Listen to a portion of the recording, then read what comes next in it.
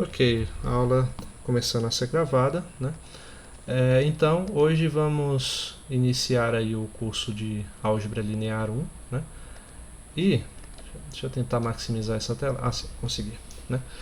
Para iniciar o nosso conteúdo, vamos começar a falar de matrizes, né? Não, assim, historicamente, matrizes não foi a primeira coisa a ser estudada dentro da álgebra linear, né? Mas existe uma ordem didática, né, que é diferente da ordem histórica, né? Se fosse historicamente, a gente teria que começar por sistemas lineares, né? Depois falar de determinantes e só por último falar de matrizes, né, que é o conceito mais novo dentre eles, né? Porém, para fins didáticos, vamos começar nossa discussão sobre matrizes, né? Ah, sim. E antes eu disse para vocês que ia dar colocar aqui a imagem da bibliografia utilizada, né? Deixa eu ver se eu encontro aqui. Cadê?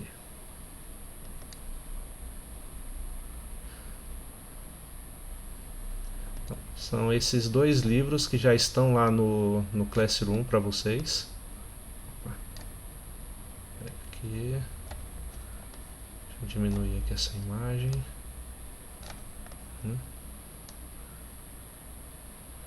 Esse é o livro da coleção Shaun, né, de álgebra linear. Eu acho muito bom os livros dessa coleção, né, pois aqui mesmo já fala, né, são mais de 600 problemas resolvidos de vários graus de dificuldade, né? Então ele é bastante interessante para quem está começando e mesmo para quem só quer se aprofundar ainda, né? Ele vai do básico ao avançado nesse livro, né? A gente vai ver 3 capítulos dele. O outro livro que eu vou utilizar também é esse Fundamentos de Matemática Elementar, né? Eu encontrei na internet um PDF dele em excelente qualidade que eu disponibilizei lá no Classroom de vocês, né? Então, basicamente eu vou utilizar esses e de vez em quando vou utilizar o Boldrini também, uma hora ou outra, tá? Então, eu não vou colocar aqui a imagem do Boldrini, que eu esqueci de colocar uma foto da capa desse livro, mas ele também está disponível lá no Classroom, né? Então, esses dois mais o livro do Boldrini serão a base aí da nossa discussão, tá? Nesse livro aqui, esse de fundamentos que aparece aqui para vocês, comecem a olhar lá a partir do capítulo 4, ok? Porque nos capítulos anteriores eles falam um conteúdo que eu adoraria abordar aqui, que são de sequências, né, de progressões aritméticas, geométricas e suas características, mas que infelizmente o tempo que temos disponível para a disciplina não permite que a gente coloque isso dentro da ementa, tá? Mas começa então lá no capítulo 4, ele começa a falar de matrizes, já tem esse conteúdo que a gente vai ver, né? E esse aqui do SHA-1, né, de álgebra linear, começa lá no capítulo 2, a nossa discussão. Aí depois a gente vai lá para o capítulo 8, se eu não me engano, que é onde fala de determinantes, e depois volta lá para o capítulo, acho que é o 3 ou 4, agora eu não me recordo, que fala sobre sistemas lineares, né? Então tem essa ordem meio confusa, mas tá o conteúdo lá bem bonitinho, tal. Dá para estudar tranquilamente, certo? Então foquem nesses dois livros principalmente, né? Um dos motivos que eu queria falar pela escolha do meu de bibliografia como esse livro aqui, esse Fundamentos de Matemática Elementar, é porque todos os livros dessa coleção, não sei se vocês conhecem, mas se puderem adquirir todos eles, né? Inclusive eu tenho o PDF de todos, quem se interessar eu posso passar, né? É que ele fornece toda a base, né, matemática que você espera que um professor que trabalha em ensino básico tenha, né? Ele realmente trabalha e num nível assim de aprofundamento muito interessante para aquele que está transitando aí do ensino médio para a graduação, sabe? Começa a dar ideias de demonstração e tudo, que são coisas raras em livros de ensino básico, né? Então, na minha opinião, essa coleção ela é aquela que fornece a mais sólida formação para um profissional ou um aspirante a estudante dessa área de matemática, ok? Então eu gosto bastante dessa coleção e por isso eu vou utilizá-la como nosso estudo aqui, certo? Então, voltando ao assunto,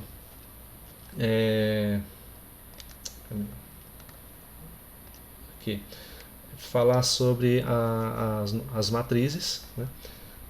Como sempre eu gosto de fazer sempre um pequeno, como vou dizer, uma pequena incursão histórica mesmo que breve a respeito do assunto, né? Então, como eu disse, dentro da álgebra linear, o conceito de matriz ele é um dos mais recentes que tem, né? Ele tem um pouco mais aí de 150 anos, enquanto que a gente encontra estudos de sistemas de equações lá na China de muito antes de Cristo, entendeu? Você já tinha registros daquilo, pode se traduzir como uma ideia de sistemas lineares, né?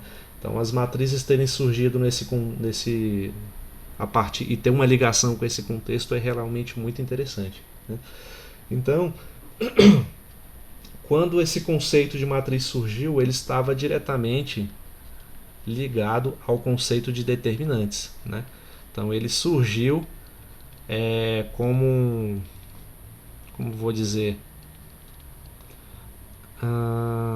como um efeito colateral, por assim dizer, da teoria de determinantes, tá? Então as matrizes em si, elas não tinham um corpo de estudo próprio, né? Eles estavam diretamente ligados ao conceito de determinantes, né?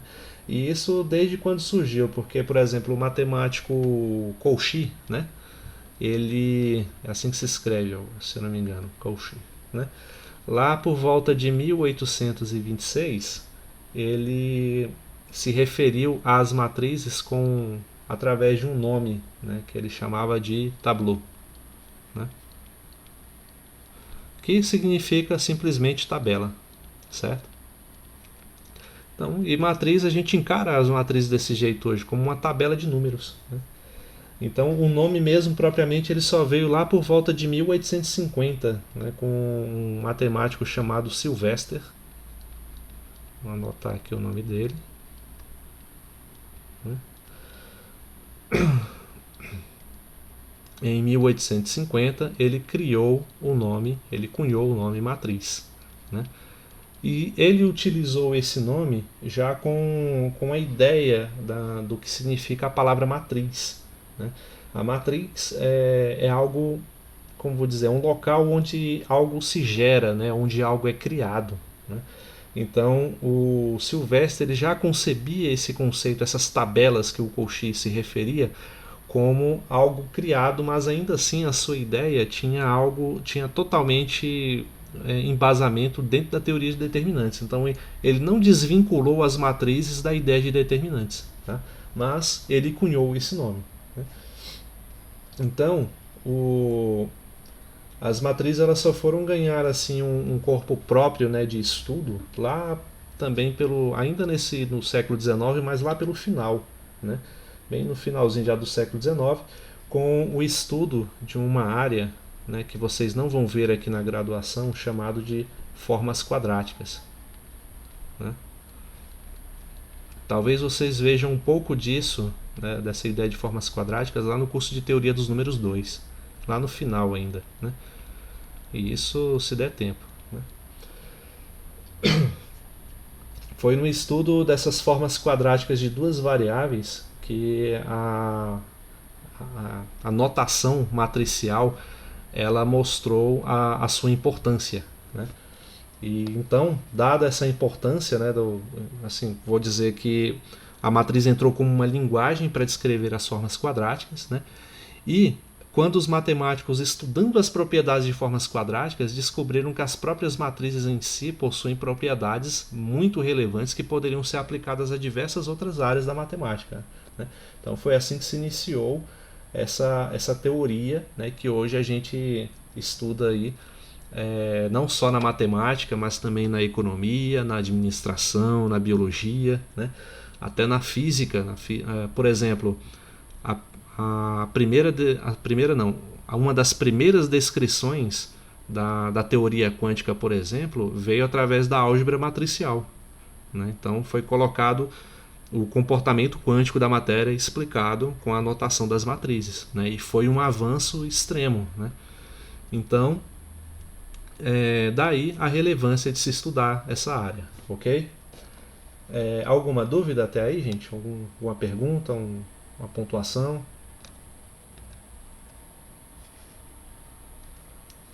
Não? Tranquilo até agora. Então, beleza. Então vamos começar aqui a falar das matrizes, né? Então, como eu disse lá, o próprio Cauchy ele tratava as matrizes como uma espécie de tabela, né? Então a gente pode utilizar essa ideia para poder visualizar o conceito em si, né? Então a gente pode considerar assim, ó, coloca assim, ó, sejam mn, m e n números naturais, né? Mas poderia ser números, vou chamar de inteiros positivos também, mas vou chamar só de naturais mesmo, não tem problema não, né? Naturais e não nulos, para poder simplificar a nossa ideia, né? A gente chama de matriz M por N, é a matriz M por N, né? Que muitas vezes a gente vai representar apenas assim, ó, matriz MXN, tá? A gente chama a matriz M por N, né? Toda tabela que é formada por números reais, distribuídos em M linhas e N colunas, né? Um exemplo disso, bem breve,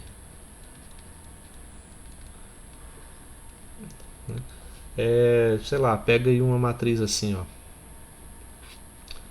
com 3 linhas e 2 colunas, né? A matriz menos 1, 0, raiz de 2, 8, 0 e 9. Né? Isso é um exemplo de uma matriz, né? Então, uma matriz, no caso, com 3 linhas e 2 colunas. Então, a gente representa com uma matriz 3 linhas por 2 colunas, certo?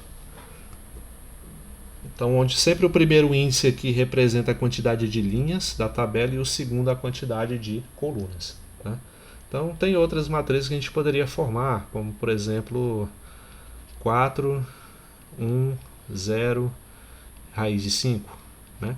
É uma matriz com uma linha, né? E 4 colunas. Então, é uma matriz 1 por 4. E essa é uma matriz 3 por 2. Ok? Né? Então, até aí tá tranquilo, né? Isso é uma forma bem geral mesmo da gente se referir. Então, de uma maneira mais generalizada, a gente pode expressar o seguinte, ó, de forma geral,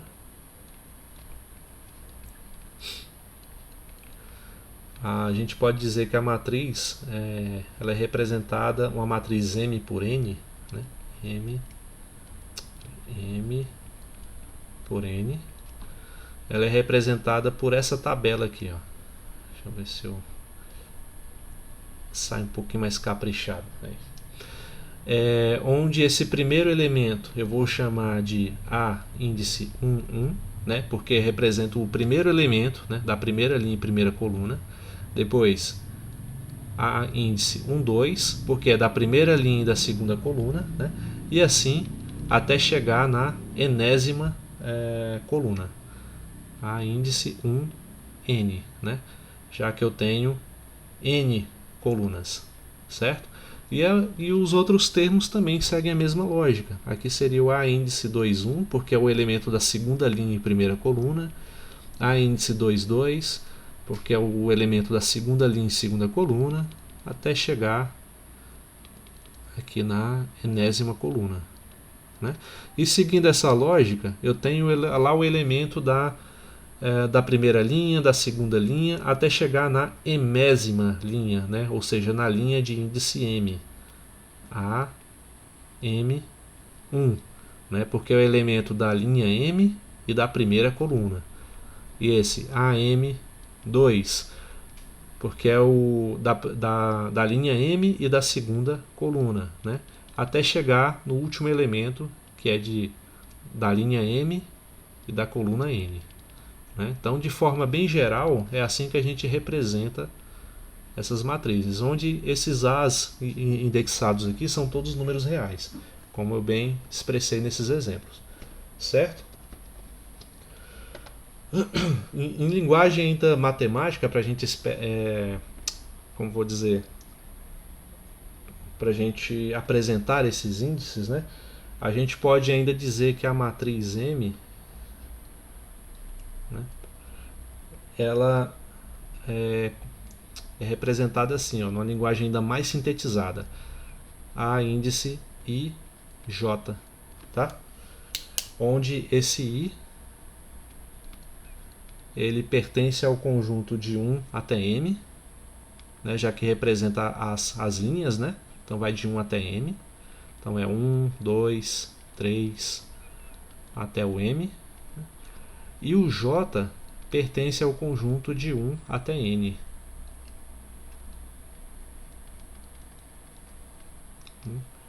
Então, de uma forma ainda mais sintetizada, podemos representar a matriz simplesmente dessa forma aqui.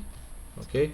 Estou apresentando essa notação porque ela pode vir a aparecer aí nas bibliografias que vocês vão procurar ou nos exercícios que eu vou passar, né? Então, para vocês saberem do que se trata, né? Até aí alguma dúvida, gente? Algo que não tenha ficado muito claro?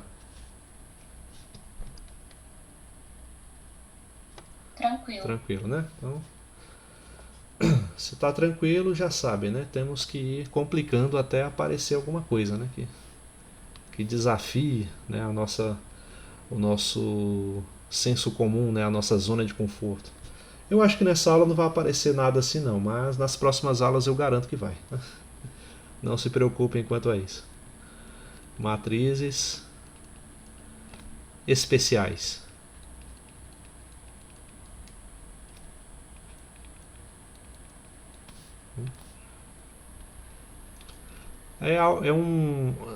Esse nome, né, matriz especial, é algo que não é utilizado em todas as bibliografias que eu vi, né? Muitas vezes sequer é citado, né?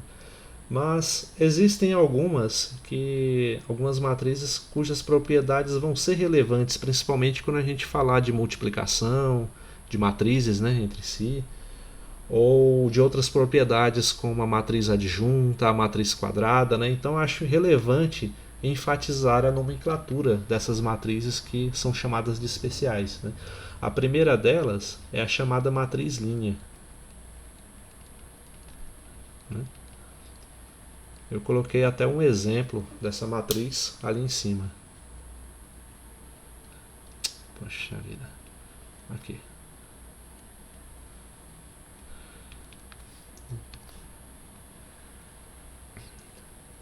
A matriz linha, ela é toda matriz que pode ser escrito dessa forma aqui, ó, como eu coloquei nesse exemplo, né? Ela só tem uma única linha e a quantidade de colunas aí depende do problema, depende do contexto ou simplesmente depende da vontade de quem está exemplificando, né? Colocar a quantidade de colunas de qualquer forma, né? Então, eu vou simplesmente representar com uma matriz que tem uma linha e n colunas, tá? É uma matriz 1 por n, né? Como aquela do exemplo que eu coloquei lá, né? E de forma semelhante a gente tem a matriz coluna. Essa eu não coloquei no exemplo, mas é basicamente você pegar a matriz linha e colocar ela de pé na sua folha, né? Aí você, em vez de ter uma linha em n colunas, você vai ter m linhas, né?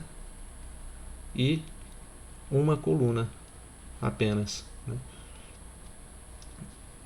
E outra que é relevante, pelo menos até agora, a gente citar, é a chamada matriz nula. Essa matriz nula ela tem um papel especial quando a gente vai definir o chamado grupo das matrizes, né? A gente não vai trabalhar aqui propriamente com teoria de grupos, mas é inevitável falar de algumas propriedades, né, que se encaixam dentro dessa teoria, né? Então, matriz nula. Matriz nula é simplesmente a matriz cujos todos os elementos são iguais a zero, né? Então é quando você tem, assim, em forma de notação, é quando você tem A e J igual a zero, né, para todo I e J, né? Ou seja, a matriz ela tem 3 linhas e 4 colunas, né? Então para cada um elemento dessas colunas aí, todos eles serão zero, né? Então, independente da forma que essa matriz tem, se ela é linha, se ela é coluna, se ela é quadrada, se é retangular, né? Não importa isso, ok? E outra matriz que a gente vai falar bastante quando for trabalhar a teoria dos determinantes é a chamada matriz quadrada, né, que tem uma série de propriedades bastante relevantes nesse estudo. Matriz quadrada.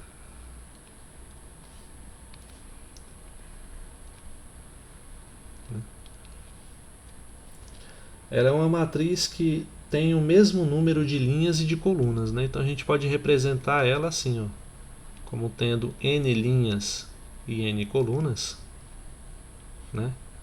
Ou ainda como tendo m linhas e m colunas, né? Dá no mesmo. Não importa quem sejam os valores de m e n, né? Desde que eles sejam iguais, né? Um exemplo é quando você tem uma matriz 2 por 2, né? Como essa daqui, ó, 0, 1, 1 e 0, né? Isso aqui é lá na... qual é a mesma disciplina? Na física, né, isso é chamado de matriz de Pauli, né, um exemplo aí de matriz 2 por 2, né? Então, duas linhas, duas colunas, né? Ou ainda, se eu colocar aqui uma 3 por 3, né?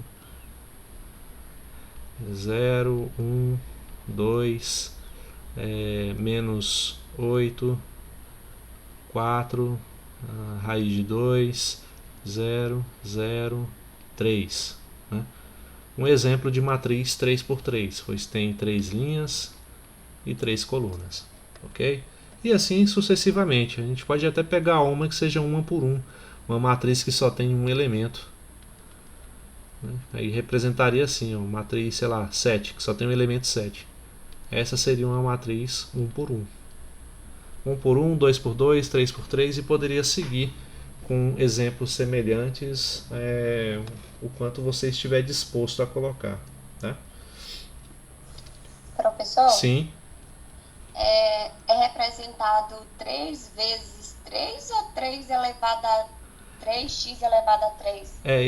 esse 3 é como eu falei bem aqui no começo, ó, é matriz M por N, né?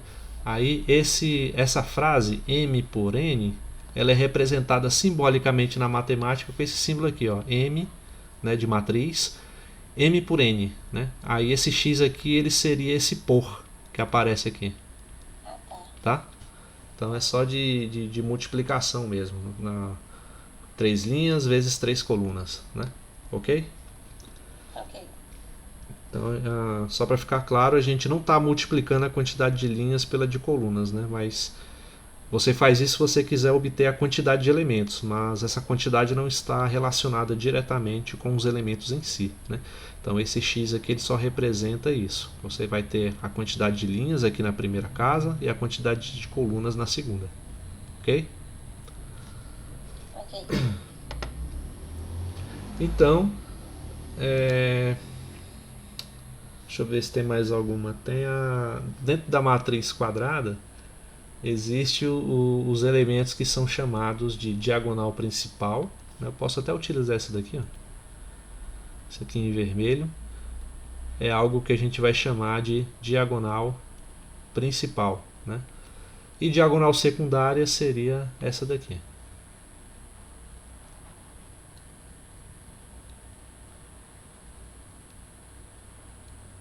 Esse negócio de diagonal principal e diagonal secundária só faz sentido dentro do contexto das matrizes quadradas, tá? Então, se algum problema tiver começando assim, ó, seja uma matriz de ordem 5 por 8, onde a diagonal principal tem os elementos aí, opa, alguma coisa errada, né? A matriz é 5 por 8, ela não é quadrada. Então, falar de diagonal principal nesse contexto não faz o menor sentido, tá? Então é algo única e exclusivamente dentro do contexto das matrizes quadradas, ok? Então seria essa daqui a diagonal principal em vermelho,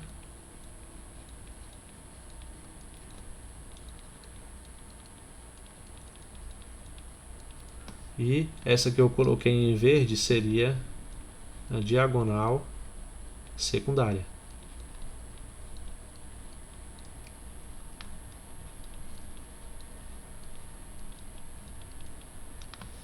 Então, só enfatizando esses nomes aqui porque logo logo eles vão aparecer com mais frequência quando a gente for trabalhar as matrizes quadradas, né?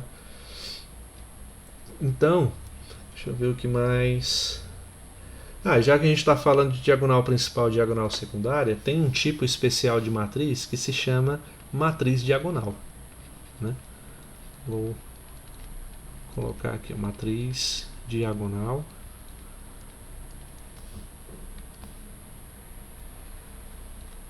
A matriz diagonal ela tem a seguinte característica, né?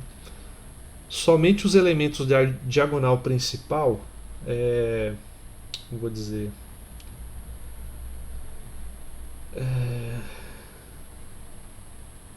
é assim, que todos os elementos que não são da diagonal principal são zero, né? Um exemplo, vou colocar aqui, essa matriz aqui de ordem 3 por 3, eu tenho a diagonal 2, 5 e menos 1, né? E todos os outros elementos, vou colocar de azul, né, são nulos, né? Esse é um exemplo de matriz diagonal, né? Essas matrizes elas são excepcionalmente interessantes, né, quando a gente vai falar sobre inversão, né, sobre a inversa de uma matriz.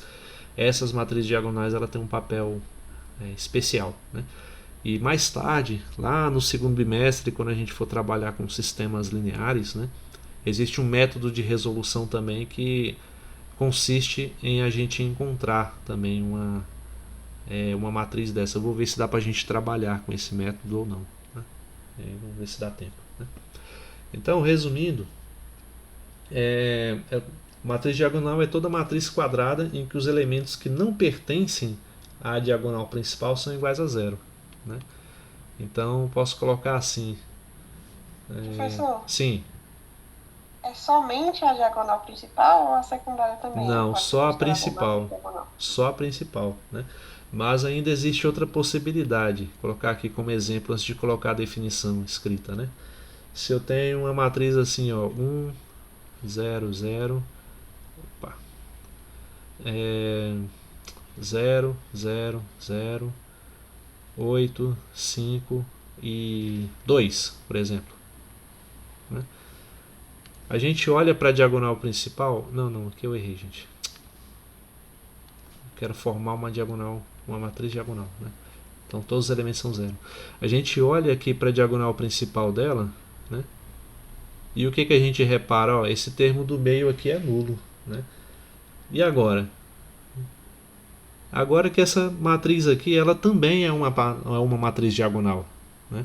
Porque na própria definição, ela não exclui a possibilidade de que algum dos elementos da diagonal principal seja nulo. Ou a gente pode ter apenas um elemento não nulo, né? Um exemplo, uma matriz assim, ó, onde só tem essa primeira casa igual a 1 e todo o resto igual a 0. Continua a ser uma matriz diagonal, tá? Então, vou colocar aqui a definição para ver se fica mais claro. Vou colocar assim, ó, ela é toda matriz. Opa. Nossa, que essa caneta tá horrível.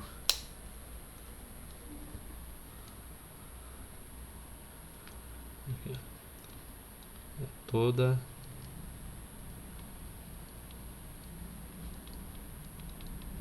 matriz em que os elementos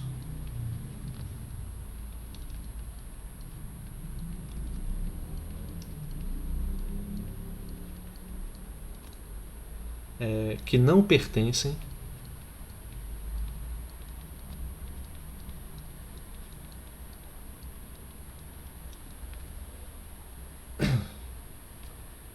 à diagonal principal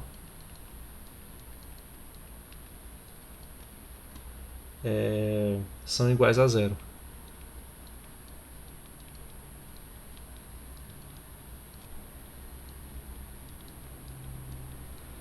Então, ó, nessa definição, o que, que a gente tem como exemplo? Esse primeiro aqui, que é mais claro, né?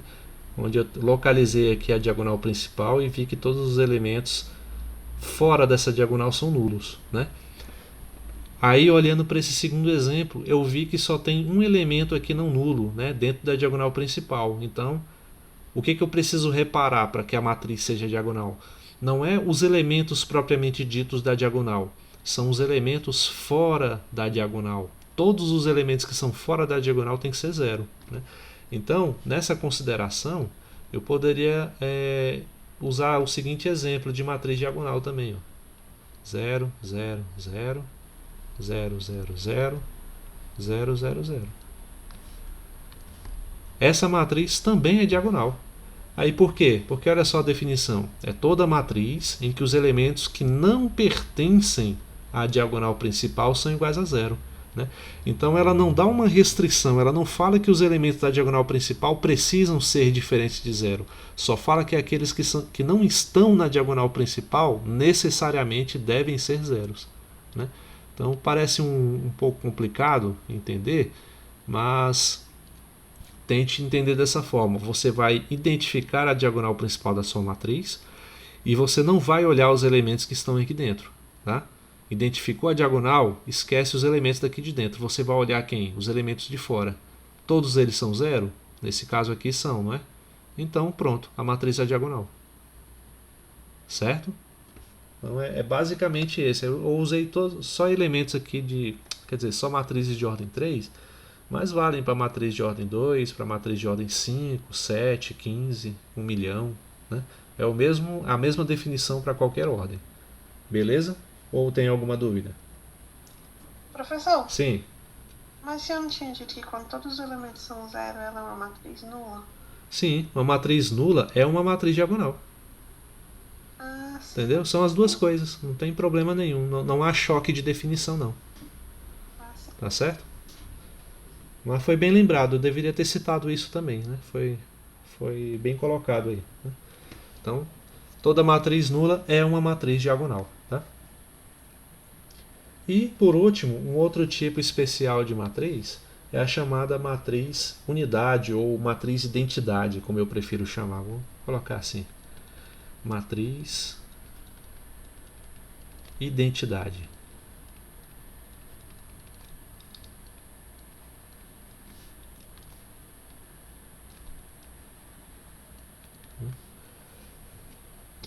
A matriz identidade, aí agora sim, você vai olhar para a diagonal principal, né?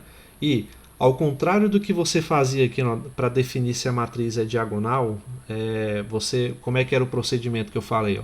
Você identifica a diagonal principal e olha os elementos que estão fora, né?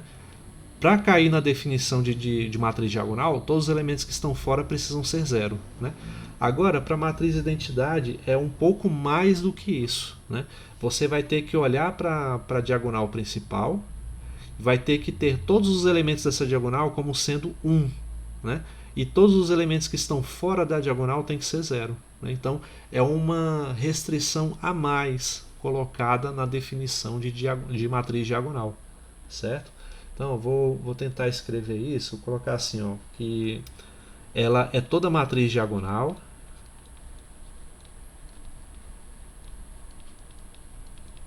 matriz diagonal,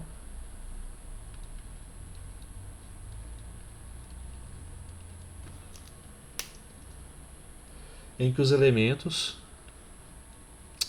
poxa vida,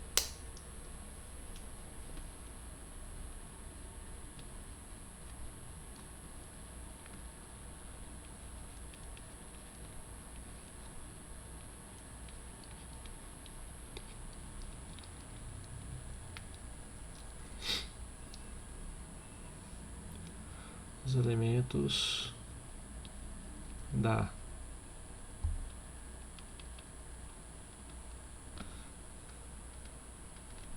diagonal principal são iguais a 1.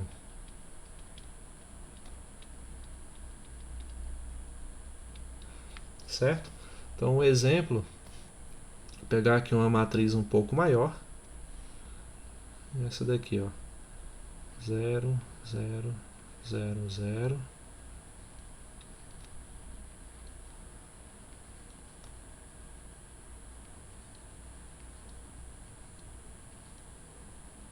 Né? E todos os elementos aqui da diagonal principal necessariamente devem ser iguais a 1.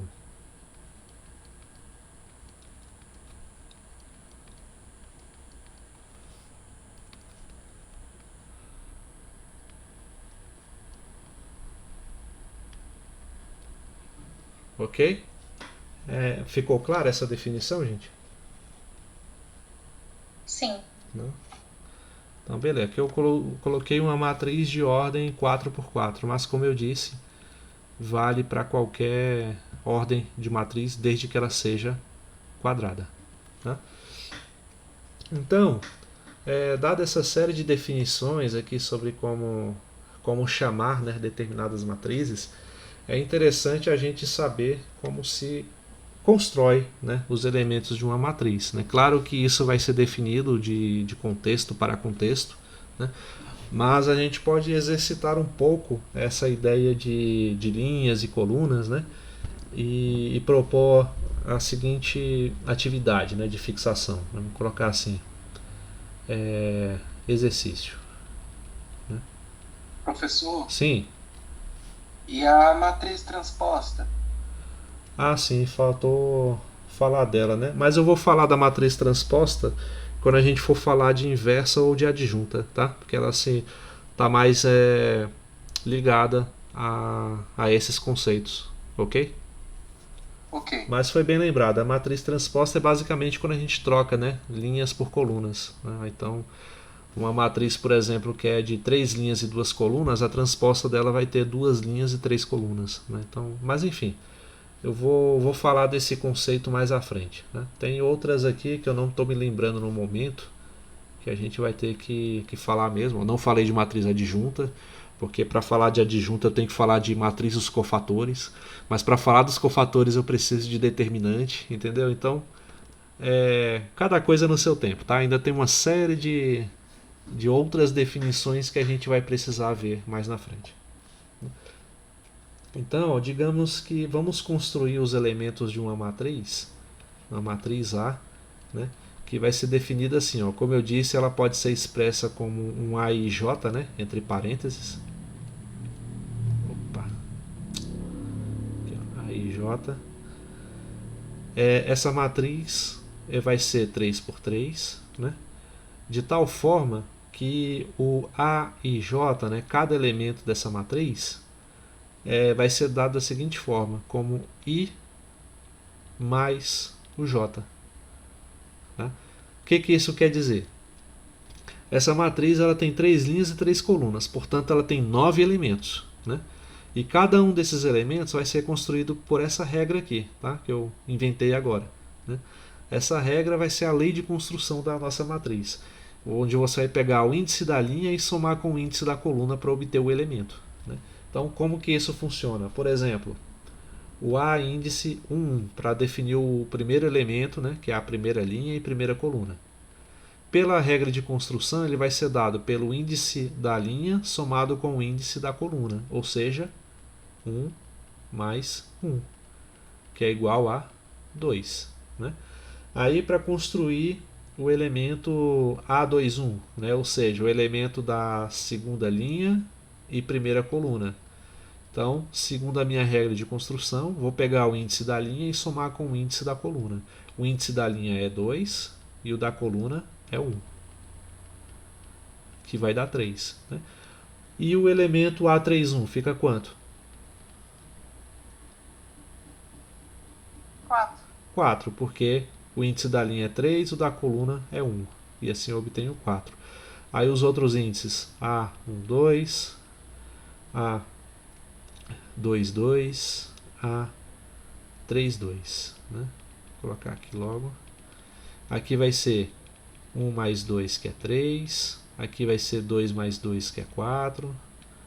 E aqui 3 mais 2, que é 5. Né? De forma análoga, os outros elementos da última coluna ficariam A13, A23 e A33. Quais são os elementos? O do A é 3. 4, 5 e 6. Isso. 1 mais 3 que é 4. 2 mais 3 que é 5. E 3 mais 3 que é 6. Né? Pronto. A nossa matriz A, então, é composta por esses elementos. Ó, 2, 3, 4. 2, 3, 4. 3, 4, 5. Né? E 4, 5, 6. É um exemplo, né, que podem surgir aí, vocês provavelmente até já fizeram isso no ensino médio, não sei, né? Mas é um exercício bem trivial, né, de construção mesmo de matriz. Vamos fazer um que seja um pouquinho mais elaborado, né? Vou colocar aqui o enunciado e a resolução na outra página.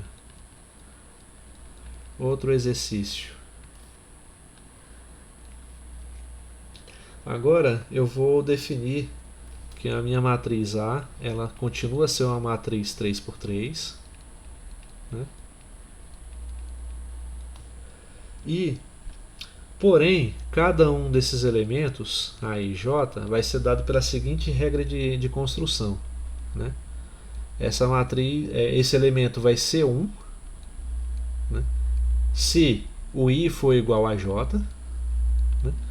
E vai ser I ao quadrado se o I for diferente de J. Né? Então aqui já tem uma regra de construção um pouquinho mais elaborada. Né? Então, como que a gente vai construir essa matriz? Vamos fazer aqui de novo todos os 9 elementos. Né? Vou colocar aqui a primeira coluna A11, A12, A13. Né? Agora vamos para a regra de construção. Qual vai ser o elemento A11, A índice 11? Segundo essa regra de construção, ele vai ser qual? 2? Por quê? Professor, Sim? tá ao contrário, tem que ser A1, aí A2, 1. Ah, é verdade, obrigado. Porque aqui é a segunda linha, né? Muito bem, obrigado.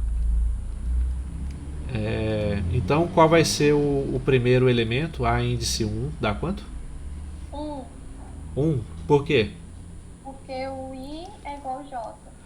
Quando o I for igual a J, ou seja, quando a quantidade de linhas e de colunas, a localização, né, do elemento na tabela for igual, né, em linha e em coluna, vai ser igual a 1. Então esse primeiro elemento a gente já tem definido.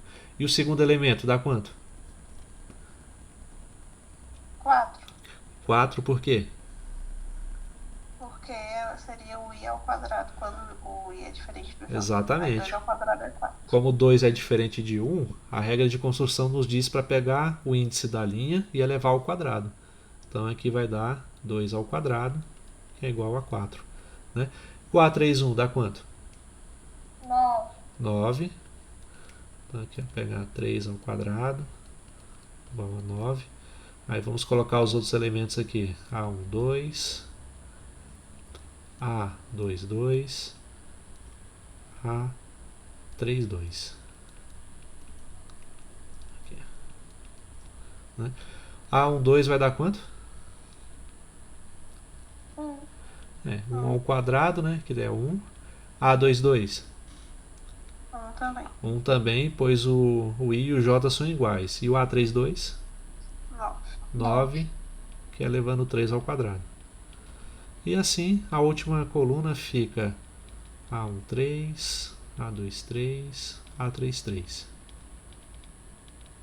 Né? Esse aqui vai dar 1 ao quadrado, né, que é 1. Esse aqui, 2 ao quadrado, 4. e esse aqui, 1. Né? Portanto, a nossa matriz A, de acordo com essa regra de construção, seria algo assim: 1, 1, 1, 4, 1, 4 e 9, 9, certo? Bem simples, né? Então, enfim, quando vocês verem algum exemplo, acho que eu vou colocar lá alguns como exercício dessa semana para vocês exercitarem mais, um pouquinho mais elaborados do que isso, mas seguindo a mesma ideia, tá? Então, outro conceito que a gente vai ver é a questão de, já que a gente está tratando de uma nova entidade matemática, né, a gente precisa saber como operar com essas entidades matemáticas, né? Então a primeira operação mais básica é a gente saber quando que duas matrizes são iguais. A gente precisa definir isso, né, para poder prosseguir aí no nosso estudo. Então vamos falar de igualdade de matrizes.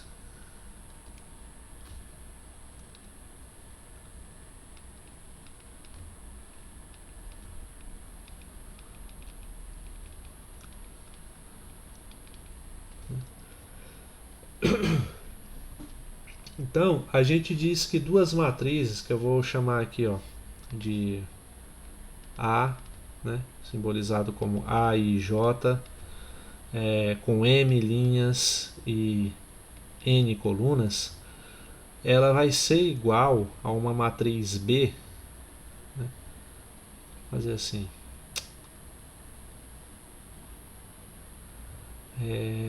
não, A igual assim, e uma matriz B, que eu vou chamar de, ai, essa caneta não tá, pronto, né, de B e J, né, tem que ser da mesma ordem, tá? Para a gente poder conseguir estabelecer uma igualdade, as matrizes necessariamente têm que ser da mesma ordem. Então ela tem também M linhas e N colunas, né? E essas matrizes A vai ser igual a B apenas, né? Colocar assim, se somente se.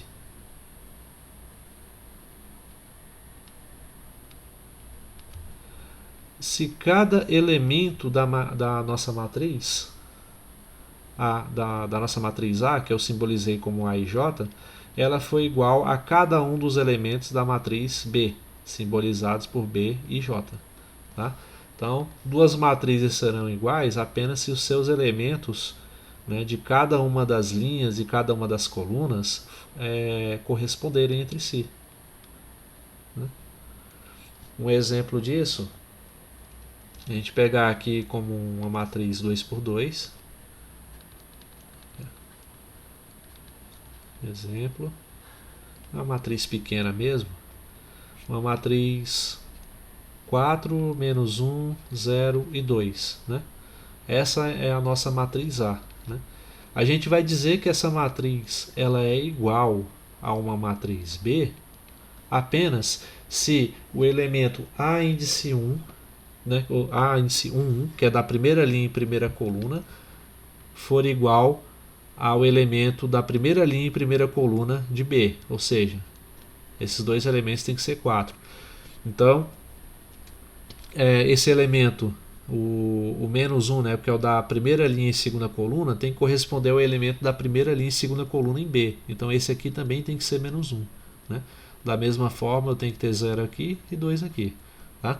Então não basta ter os mesmos elementos e eles estarem em ordem contrárias. Né? Por exemplo, se eu tiver assim, ó, 2 e 0, a gente vê que os mesmos elementos estão presentes nas duas matrizes, mas a posição desses elementos aqui da segunda linha estão trocadas. Né?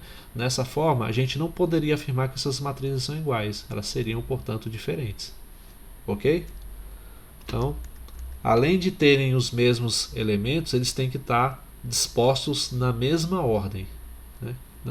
Isso nas duas matrizes. 0 e aqui 2. Então, isso nos permite afirmar o seguinte, ó, por exemplo, colocar aqui um pequeno exercício para a gente fixar melhor essa ideia.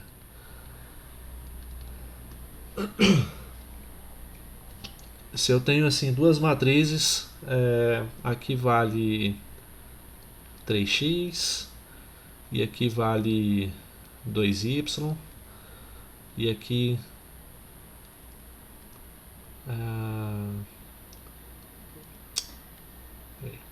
5 e aqui 4, né? Essa é a nossa matriz A. E ela está sendo igualada a uma matriz cujo primeiro elemento aqui é x mais 1, aqui vai dar 4y, e aqui vai ser 5. Opa! Eita! E aqui 4 também, digamos assim, né? Então a gente vê, ó, primeiro, esses elementos da segunda coluna, da segunda linha, eles estão dispostos certinho, né?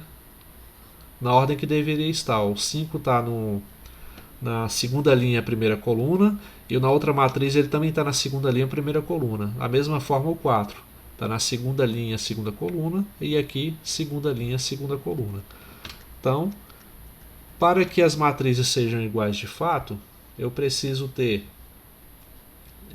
3x igual a... Eu vou colocar uma condição a mais aqui, ok? Vai ficar mais interessante. Não, pode ser assim mesmo. Vou complicar muito agora não. Eu tenho que afirmar então que o 3x é igual, ou seja, o elemento da primeira linha em primeira coluna tem que corresponder a esse elemento da primeira linha em primeira coluna. 3x igual a x mais 1. E eu preciso ter aqui eu vou colocar uma coisa a mais também, vai ser mais 2, né?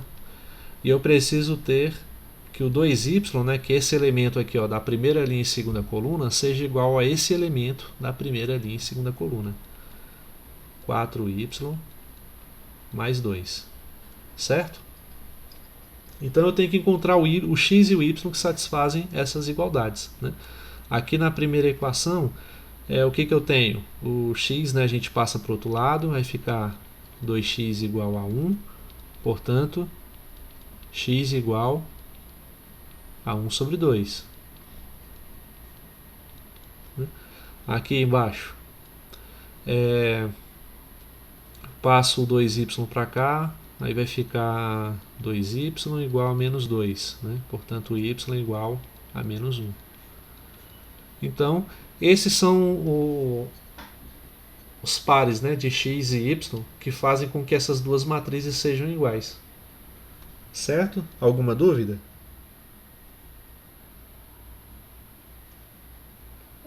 Não, tranquilo, né? Então, quando tiver algum problema desse tipo, basta proceder dessa forma. Você faz a igualdade entre cada elemento, né, em suas respectivas posições, né, e verifica se ela se estabelece, né? Aí basta isso, basta fazer esse procedimento para verificar se duas matrizes são ou não iguais, ok? Então, outra operação que a gente tem que identificar, que a gente precisa saber fazer com as matrizes para poder criar uma álgebra, bom, a gente precisa saber se esses elementos podem ser somados e como que eles devem ser somados, né? Então vamos falar da adição.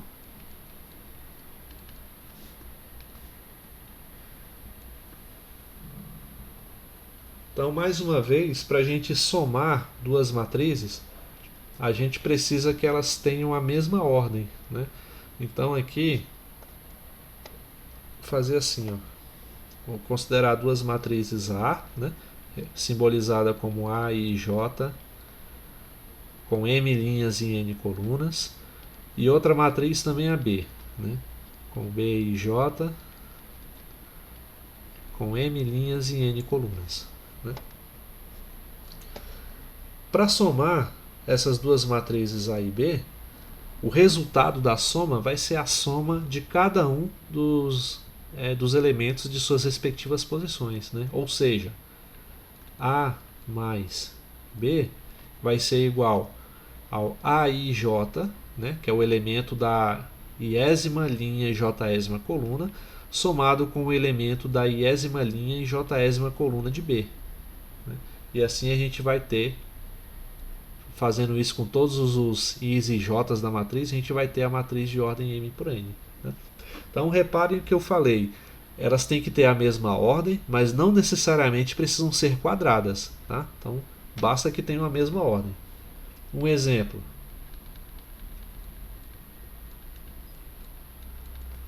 Para enfatizar isso que eu falei, vou pegar aqui uma matriz com 3 linhas e duas... Não, com 2 linhas e 3 colunas, né?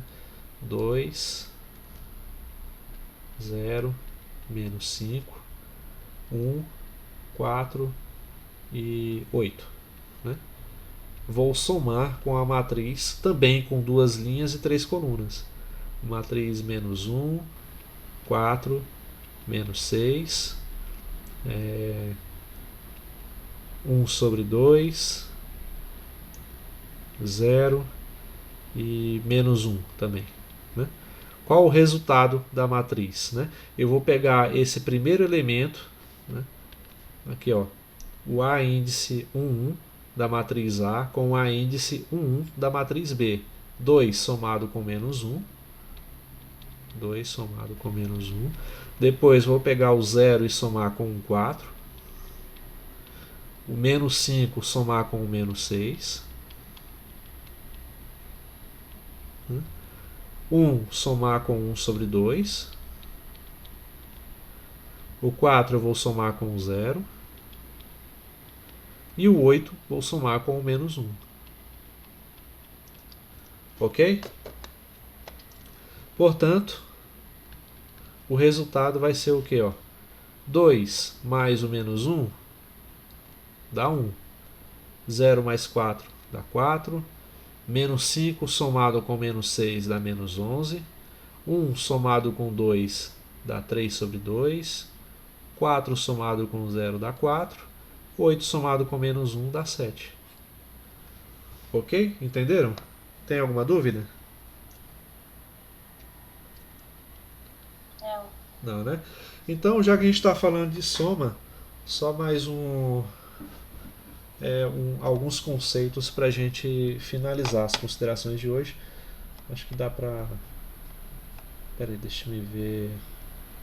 Ah não, hoje eu coloquei no planejamento de falar também de produto por escalar, né? Bom, vamos seguindo aqui para ver o que dá.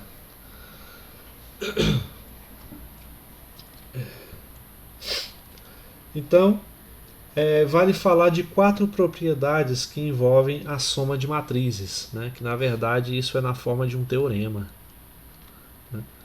Esse teorema, essas 4 propriedades, basicamente diz, lá na linguagem da álgebra abstrata, que o grupo formado com as matrizes, né, e a operação de soma forma o chamado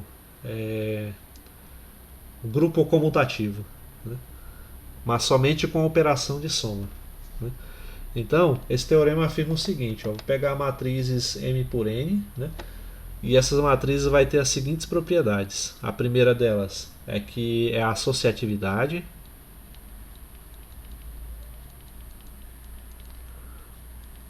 O que significa?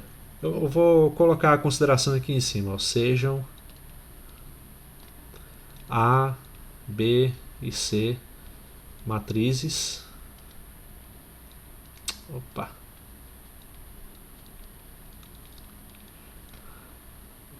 Todas com a mesma ordem, M por N, tá? Só para não ter confusão. Então, ao somar essas matrizes, elas vão respeitar a propriedade de associatividade, que na prática significa o quê? Ao somar as 3 matrizes A, B e C, eu posso somar primeiro o A com o B e depois somar com o C, ou ainda eu posso deixar o A de fora e somar o B e o C primeiro, né? E só depois obter esse resultado somar com a matriz A. Tá? Então essa associatividade me diz que não importa a ordem com que eu faço as somas correspondentes, certo? Ela vai resultar no mesmo resultado. Né? A segunda propriedade é a comutatividade.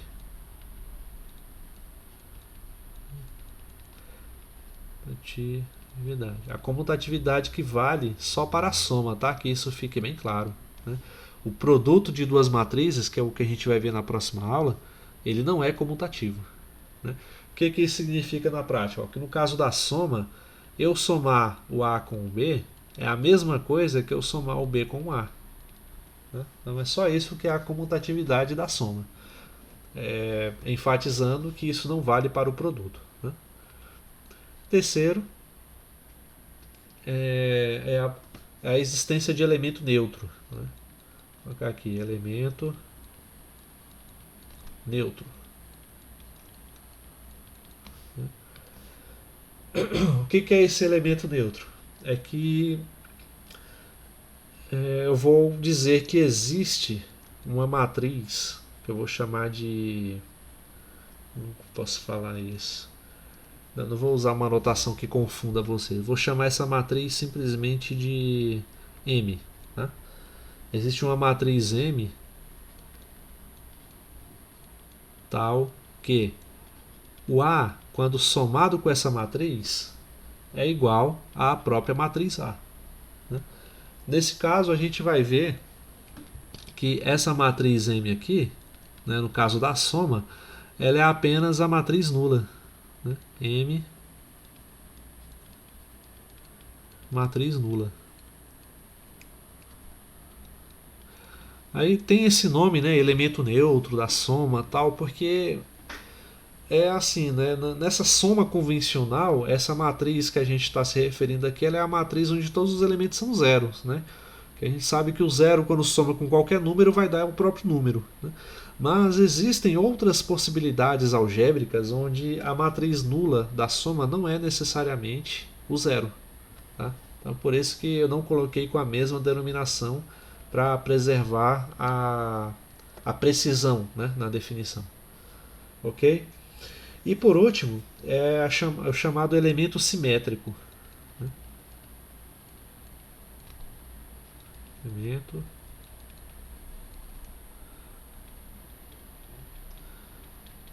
simétrico. Então, quem é esse elemento simétrico? Né? A gente vai. Vou me referir a esse elemento. Assim, ó, vai existir uma matriz que eu vou chamar de A', tá? Tal que quando eu pego a matriz A e somo com A', né, o que eu vou obter aqui é simplesmente a matriz nula, que eu chamei de M. Certo? Então, o elemento simétrico ele seria a matriz com o sinal trocado, né, de cada um dos elementos. Isso no caso da soma. Tá? Então, por exemplo, se eu tenho uma matriz aqui com 2, 1, menos 4 e 0, né? Essa é a matriz A. Opa. A matriz A', ou seja, que quando somada com A vai resultar em elementos, uma matriz com elementos nulos, vai ter que ser a mesma matriz, só que com cada um dos elementos com sinal trocado. Aqui em vez de 2 vai ser menos 2, aqui vai ser menos 1, em vez de menos 4 aqui vai ser 4, e o 0 e menos 0 que é a mesma coisa. Ok? Só um exemplo dessa ideia. Beleza? Então, isso é um teorema. Eu não vou fazer a demonstração porque ela é bem. Tipo, cada uma dessas demonstrações é uma linha ou duas, né? E se apoia apenas nessas identidades aqui. Né? Ela tem lá no livro do Elementos da Matemática, né? Que eu recomendei a vocês. Vocês vão ver que ela é bem tranquila mesmo. Né? Até aí alguma dúvida, gente? Tranquilo. Tranquilo, né? Então, até aí eu acho que meio que, como diz, né? Meio que choveu no molhado, né? Não tem nada de realmente muito novo em relação ao que vocês já viram até hoje, né? Mas como a gente vai ter que trabalhar e dar definições mais rigorosas, a gente precisa ver tudo isso de novo. Né? Então, por último, vamos definir o que acontece quando a gente multiplica uma matriz por um escalar qualquer, um número real qualquer. Né? Aqui é o produto de uma matriz.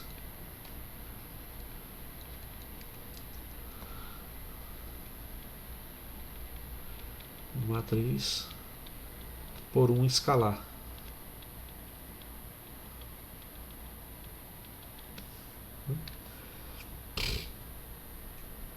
Então, para isso a gente vai considerar aqui uma matriz A, né, simbolizada por A e J, M por N, né, e um escalar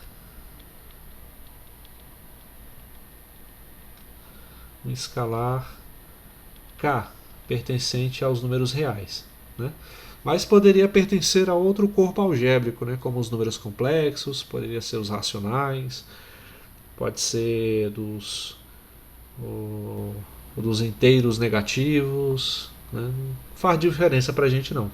É um elemento, por isso que eu chamei de escalar e não necessariamente de um número real, né? Por enquanto a gente vai trabalhar com matrizes onde os elementos todos aqui envolvidos são números reais, né? Mas lá na frente a gente vai dar uma pincelada no conceito de matrizes complexas para poder falar de matriz complexa conjugada, matriz hermitiana e por aí vai, tá? Então aí vão necessitar do conceito de número complexo, mas por enquanto vamos nos ater aqui aos números reais, beleza? Então, um produto de uma matriz A por um escalar K, ou seja, A multiplicado por K, vai resultar no seguinte: fazer assim, ó, A vezes K vai ser igual a uma nova matriz, correto? A vezes K é uma nova matriz que eu vou chamar de B, né? E qual é o resultado? Assim, como que eu obtenho essa matriz B?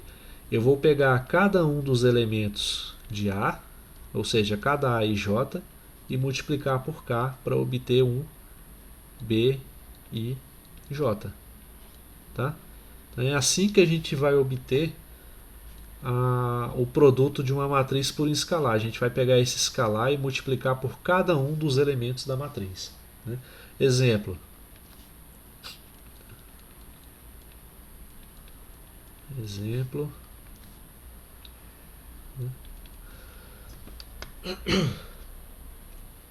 Se eu pego aqui 3 multiplicado pela matriz menos 1, 0, 5, menos 4, 8 e raiz de 2. Né? Qual é o resultado da matriz? Eu vou pegar o 3 e multiplicar por cada um dos elementos da matriz. 3 vezes menos 1 é menos 3, 3 vezes 0 dá 0, 3 vezes 5 dá 15. 3 vezes menos 4 dá menos 12, 3 vezes 8, 24, e 3 raiz de 2 vou colocar simplesmente como 3 raiz de 2. Aqui, 15, eita, 3 raiz de 2. Certo? Bem simples, né? Esse conceito. Sim. Então, bom, só antes de finalizar propriamente dito, tem umas pequenas regrinhas, né, que a multiplicação por escalar tem que seguir. Né? E isso também é tratado como um teorema, mas que a gente não vai precisar demonstrar por agora. Pretendo deixar a parte das demonstrações quando as coisas começarem a ficar realmente mais interessantes, né? Principalmente quando se trata de matriz inversa, né? Ou quando for lá ver os determinantes, né? A regra de Cramer que eu pretendo demonstrar, né? Então aí vai ficar mais... teremos mais elementos teóricos para trabalhar. Né? Então nesse teorema diz o seguinte, que o produto de um número qualquer para uma matriz, ele tem as seguintes propriedades. Né? Então vou colocar assim, o produto de um escalar K por uma matriz A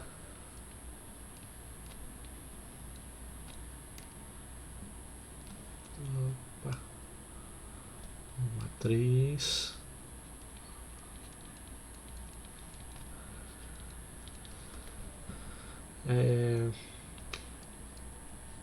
possui as seguintes propriedades.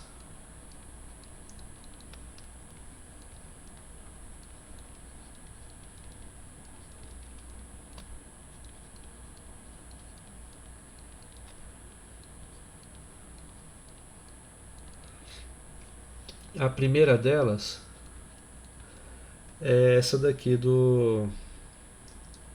Como vou dizer...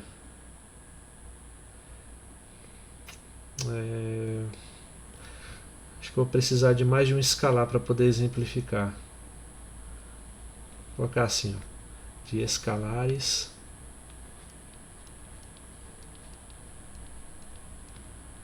Eu vou chamar de K e L, né? Então, quando eu pego, por exemplo, o K multiplicado pelo L multiplicado pela matriz A, né, existe duas maneiras a gente resolver esse produto. Eu posso primeiro, né, colocar assim, ó, isso é igual a K vezes L vezes A, né? Eu posso primeiro multiplicar o K pelo L, já que são dois escalares, né? E, por exemplo, o K é o 3, o L é 5. Aí eu tenho 15, e esse 15, que é um novo escalar, eu multiplico pelo A, da mesma forma como eu mostrei no exemplo acima, né? Pegando esse 15 e multiplicando por cada um dos elementos de A.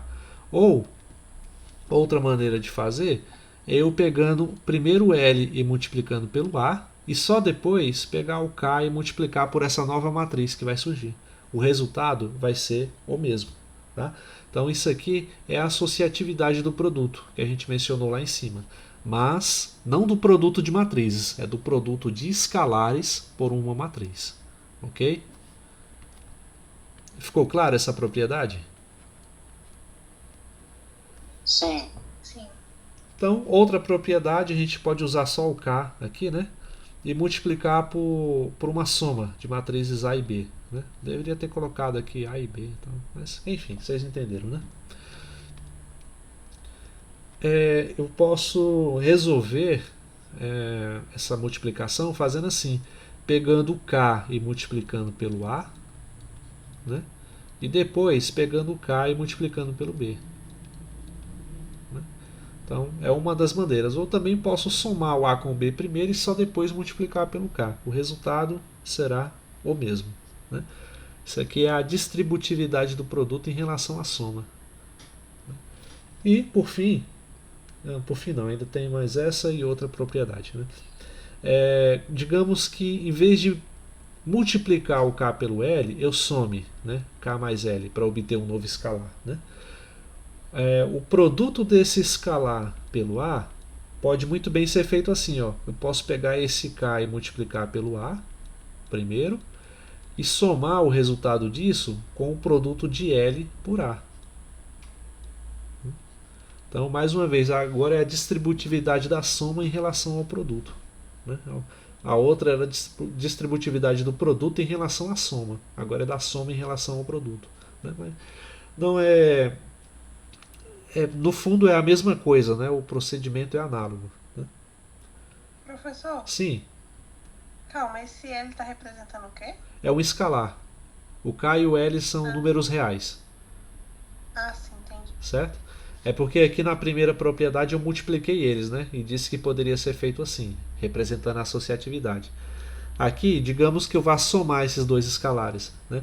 Em vez de somá-los antes e multiplicar o resultado pelo A, eu posso pegar cada um dos elementos K e L e multiplicar pelo A e somar no final. Né? Só para dizer que esse produto resulta na mesma coisa. Né? E vai existir um elemento que eu vou chamar de 1, que ao ser multiplicado por A, vai resultar na própria matriz A. Né?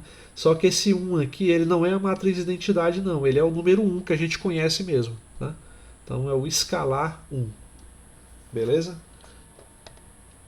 Então só para deixar muito bem claro que 1 multiplicado por A resulta na própria matriz. Né?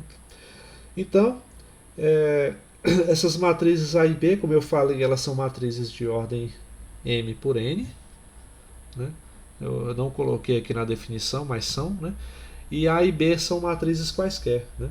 Aí essa demonstração, né, de cada uma dessas propriedades podem ser feitas utilizando aqui, ó, essas... Cadê? Passei demais aqui. Né? Pode ser feita utilizando simplesmente as definições que a gente fez, ó, de igualdade, adição, né, E cadê? Igualdade, adição. Basicamente isso. Igualdade e adição de matrizes, né? Você consegue demonstrar cada uma dessas propriedades. Ok? Alguma dúvida até aí, gente?